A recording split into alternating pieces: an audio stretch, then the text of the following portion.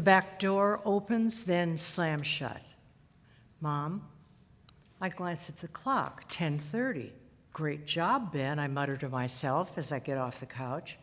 My 17-year-old son doesn't break curfew, but it's the first weekend of summer vacation, and he's finally a senior. It's a possibility. He slumps against the living room wall, his 6-foot frame barely visible in the dim light. Got hit, he slurs. What, I say, flipping on the hall light. Guy grabbed me. His head lifts to one side, both hands cradle his face. A steady stream of blood oozes into a dirty towel. Can't close my mouth, he mumbles. My boy, I whisper, as my finger traces the path of a black bruise running from his ear to mid-chin. I carefully wipe away his tears with my t-shirt, turn to brush away my own, and run for the ice pack. I've spent years teaching nursing in major medical centers, but I'm useless, numb. My braces hurt, he says, his eyes filled with tears. Minutes later, the orthodontist returns my call. Why hit Ben, he asks. I'd call the cops. He pauses. This is assault. Yes, I guess it is, I say, my hand shaking.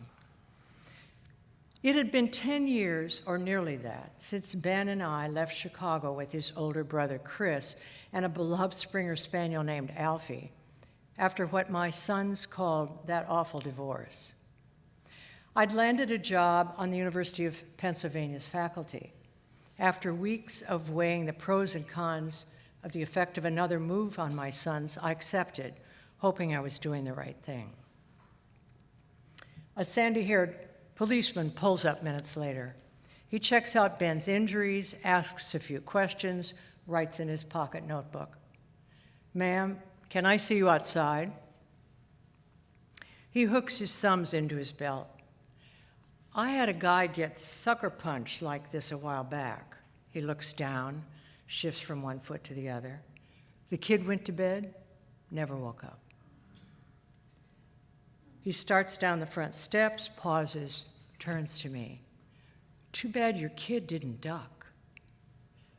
I lean against the porch railing, shivering, wondering, was that a defense I should have taught him?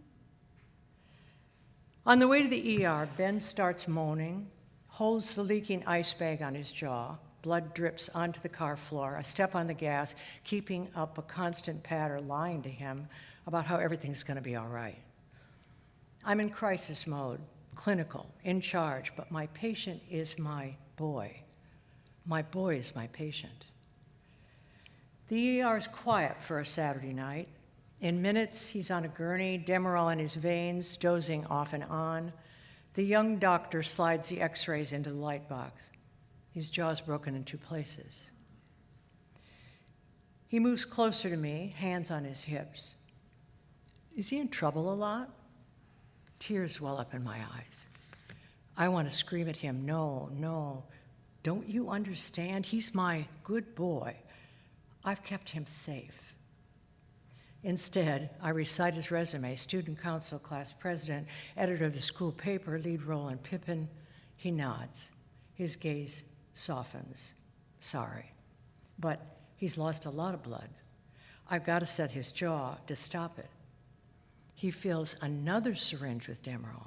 Isn't that too much, I say, now the nurse, still the mother. He's a big guy, you know. I nod. A big guy I couldn't protect. The physicians thrust Ben's jaw into alignment. My son stiffens, then screams, a fresh line of tears leaving marks on his pale face. I hold his hand, waiting for the opiates to kick in. We'll wire his jaw tomorrow, the doctor says, peeling off his glove, and he leaves.